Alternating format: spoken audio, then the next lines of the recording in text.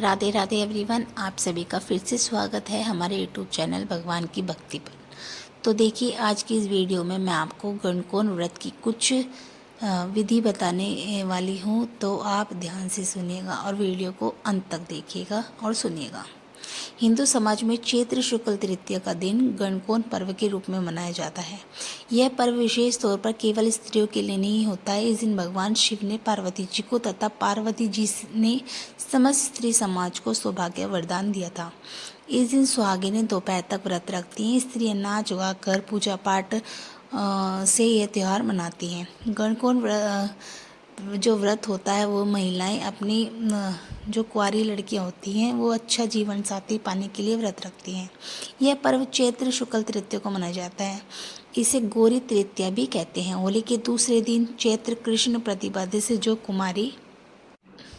जो कुमारी और विवाहित महिलाएं अर्थात नव विवाहितें प्रतिदिन गणगौर पूजती हैं, वे चैत्र शुक्ल द्वितीया सिंजारे के दिन किसी नदी, तालाब या सरोवर पर जाकर अपनी पूजी हुई गणगौरों को पानी पिलाती हैं और दूसरे दिन सायंकाल के समय उनका विसर्जन कर देती हैं।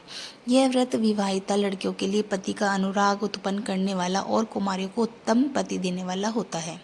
इससे सुहागिनों का सुहाग अखंड रहता है। तो ये व्रत आपको कैसे करना है? चैत्र कृष्ण पक्ष की एकादशी को प्रातः स्नान करके गीले वस्त्रों में ही रहकर घर की एक किसी पवित्र स्थान पर लकड़ी की बनी टोकरी में ज्वारे बोने चाहिए।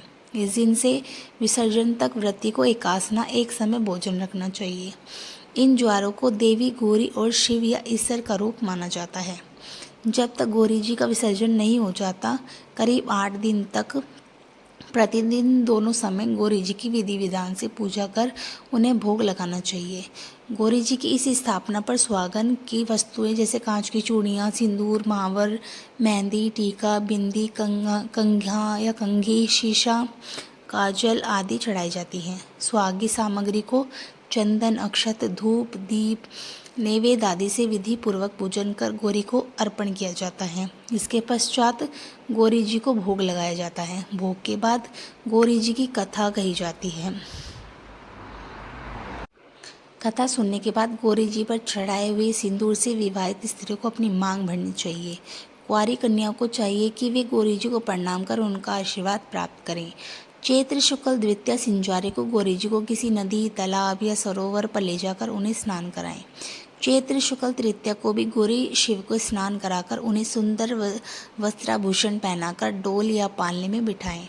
इस दिन शाम को गाजे बाजे से नाचते गाते हुए महिलाएं और पुरुष भी एक समारोह या एक शोभा यात्रा के रूप में गौरी शिव को नदी, तालाब या सरोवर पर ले जाकर विसर्जित करें।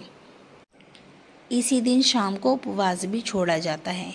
तो आज की वीडियो में ये थी गणगौर व्रत की विधि। तो आपको ये विधि कैसी लगी तो कमेंट में ज़रूर बताइएगा। जय श्री राधे।